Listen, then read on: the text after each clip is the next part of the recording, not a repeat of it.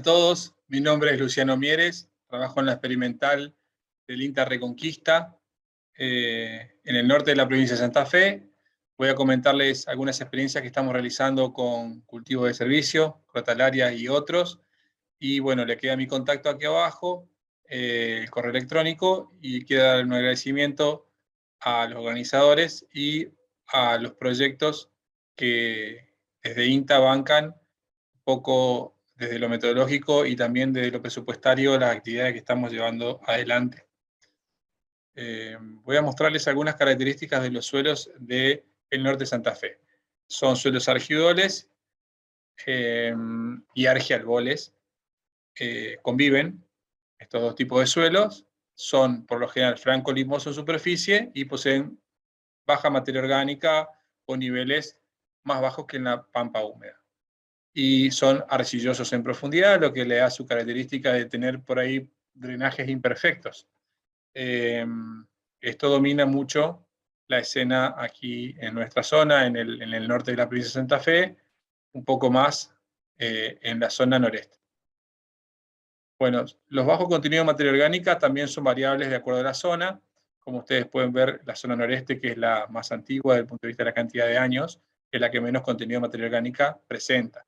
Valores de 1.20 hasta 1.7 son por ahí lo que se ve, y valores de 2% ya encontramos en el oeste y en los bajos submeridionales, digamos, que bueno, son suelos agriculturizados en muchos casos que se siembra algodón, por eso tenemos esta información que llega a nuestro laboratorio, los análisis de suelos que hacen los productores algodoneros, que son notas que nosotros vamos siguiendo. Bueno, las lluvias son abundantes en el domo oriental y son, por así decirlo, también abundantes en el domo oriental, por ahí occidental. ¿Qué decir de esto? Son 1.250 milímetros que llueve en el año, 70% entre octubre y marzo. Normalmente los cultivos tienen suficiente cantidad de agua, de lluvia. Por ahí el problema es que la distribución o la intensidad de lluvias hace que toda esa agua no pueda ser aprovechada. Encontramos una zona, una época del año, donde en enero, marzo, febrero, marzo y abril, donde la cantidad de precipitaciones es muy intensa y muy abundante, y bueno, suele coincidir con la presencia de algunos barbechos, como son los barbechos de girasol y los barbechos que se realizan, los barbechos posteriores al cultivo de girasol y posterior al cultivo de maíz. Ahí tenemos una época donde podemos insertar cultivos de servicio, y es en lo que estamos trabajando ahora. También es una época donde se pueden producir grandes erosiones si no tenemos los suelos con suficiente cobertura o si los tenemos laboreados. Así que a tener en cuenta que esta es una época donde necesitamos proteger nuestros suelos para mantener la materia orgánica que tenemos, porque eso va a influir tanto en los aspectos físicos como en los aspectos químicos.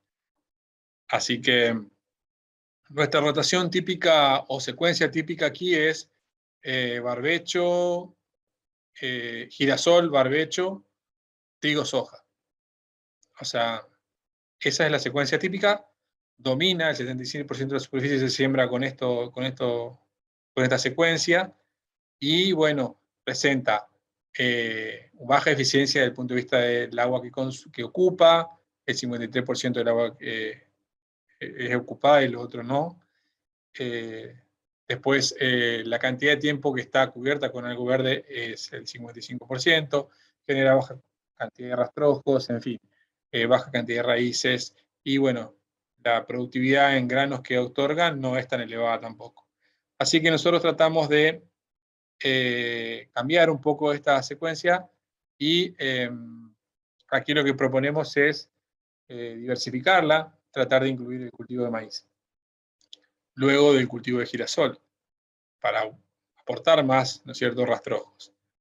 Bueno, así es que propusimos diferentes cultivos de servicio en esta secuencia girasol, cultivo de servicio, maíz de primera. ¿Qué es lo que por ahí nos llamó la atención de esto? Bueno, probamos leguminosas, porque tanto crotalaria como primerilotus conocemos que se comporta muy bien. Por ahí Vicia no teníamos tanta información. Y bueno, Avena también conocemos que se comporta muy bien. Así que probamos lo que más relevancia tenía. Y bueno, nos ayudó en esto Alberto Afortre, que trabaja en la cooperativa agropecuaria de Malabrigo. Nos dio una mano muy grande en los ensayos, así que un agradecimiento a él. Aquí les muestro, la fecha de siembra fue el 11 de febrero. Y se sembró con sembradora de grano fino, los cultivos de servicio, en siembra directa, en 3 grandes franjas, ¿sí? Donde cada franja tiene adentro los diferentes cultivos de cobertura con 4 repeticiones, en franjas de parcelas de 14 metros por 4 metros y medio. Es decir, son microparcelas, pero bueno, tenemos una gran cantidad de información para sacar conclusiones. Mantuvimos una franja con aplicación de agroquímico posterior a la emergencia de los cultivos de cobertura para controlar justamente el girasol guacho, que es algo que sucede siempre, que en posterior, ¿no es cierto?, a las lluvias, después de la cosecha. Y mantuvimos una franja sin aplicar herbicida, justamente para ver el comportamiento del girasol y cómo competía con los cultivos de cobertura o no. Y otra franja barbecho, que se mantuvo barbecho hasta la siembra del cultivo de maíz. A la franja con agroquímico y sin agroquímico, lo que hicimos fue hacer un control en los 100 días, donde se aplicó glifosato y 2,4-D en el caso con agroquímicos, y el rolado y la herramienta BES, que es por ahí una labranza superficial para controlar en el caso sin agroquímico. Y todo eso se dejó barbecho para el cultivo de maíz.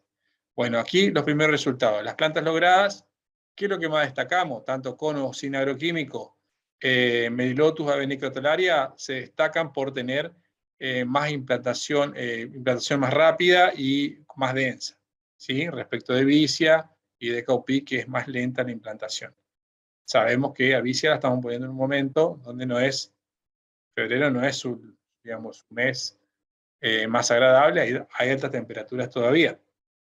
Pero bueno, de todas maneras se implantó con un buen stand de plantas, o sea, logramos un buen stand de plantas en todas las especies evaluadas. Biomasa aérea.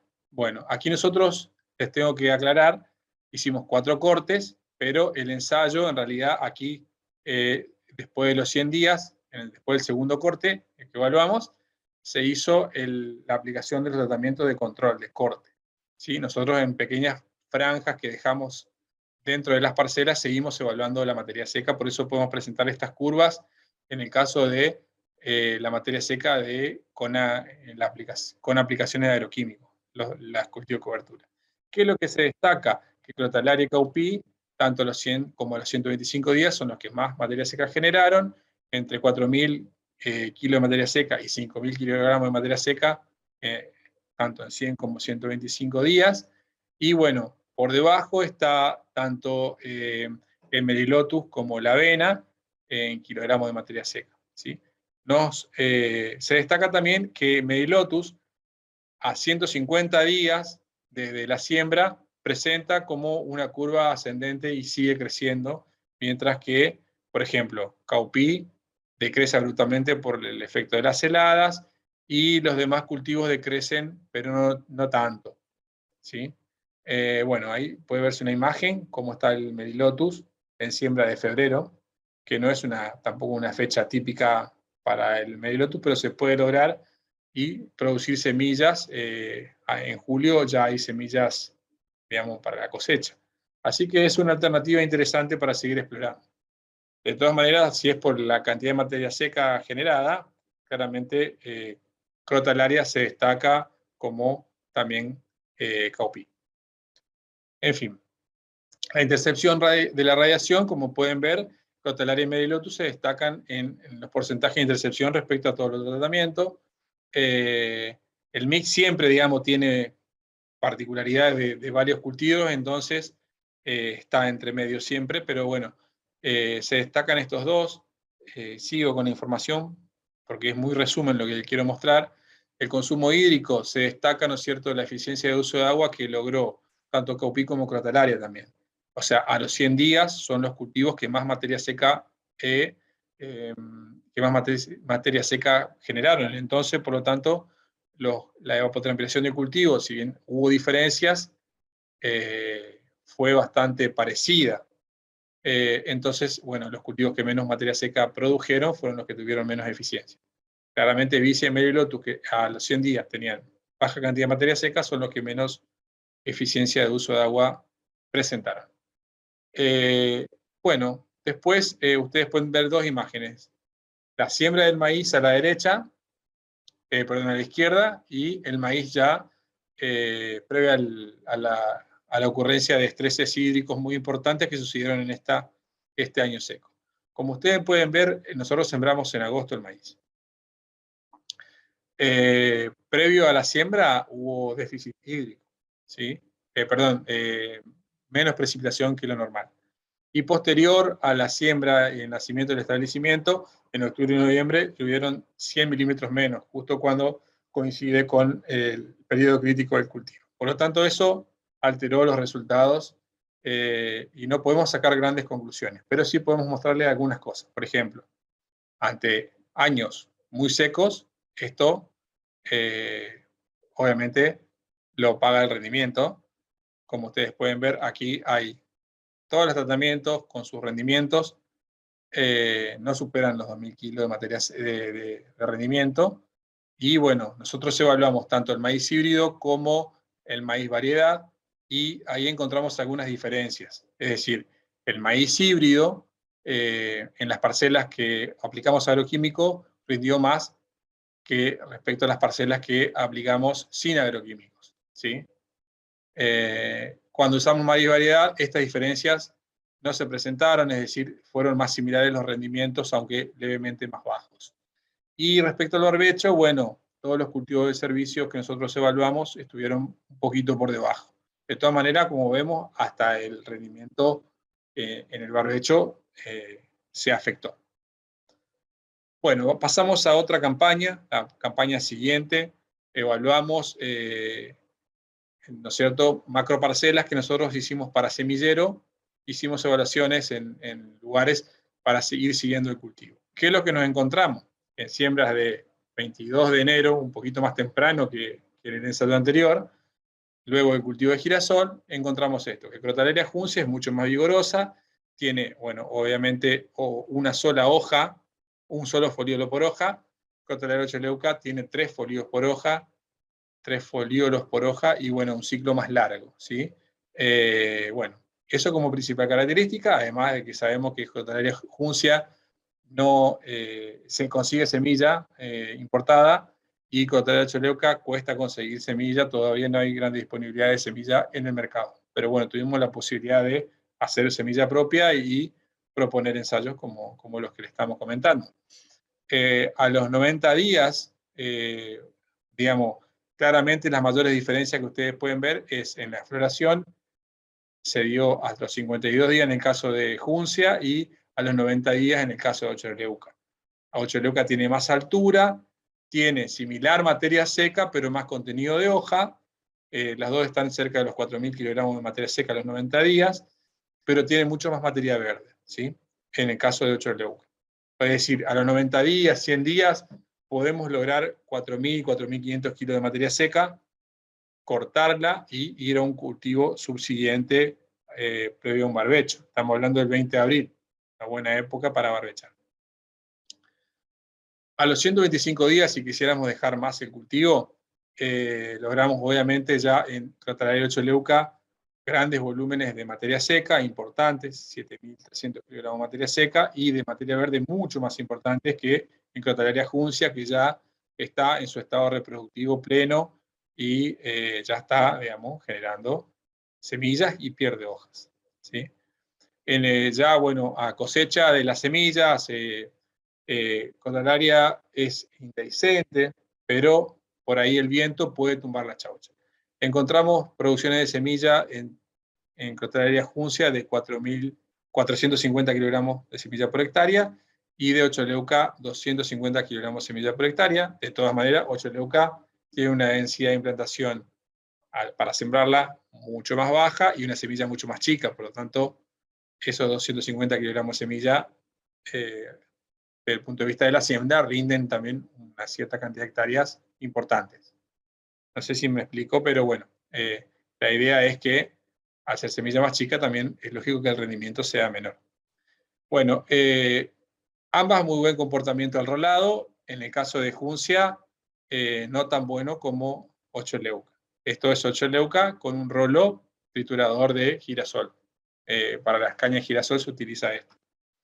Y aquí pueden ver el efecto, ¿no es cierto?, cómo queda el colchón en Crotalaria 8 leuca. Bueno, le voy a comentar rápidamente también resultados que se dieron en el ensayo de larga duración de la experimental desde 2015 hasta la actualidad. Seguimos la secuencia maíz de primera, cultivo de cobertura, algodón, versus maíz de primera, algodón. Es decir, incorporamos estos diferentes cultivos de cobertura en diferentes momentos digamos, de los años evaluados y tenemos estos resultados, ¿sí? El rendimiento en fibra en algodón. Obviamente tenemos los diferentes antecesores, con y sin cultivo de cobertura sería, y con y sin fertilización a la siembra.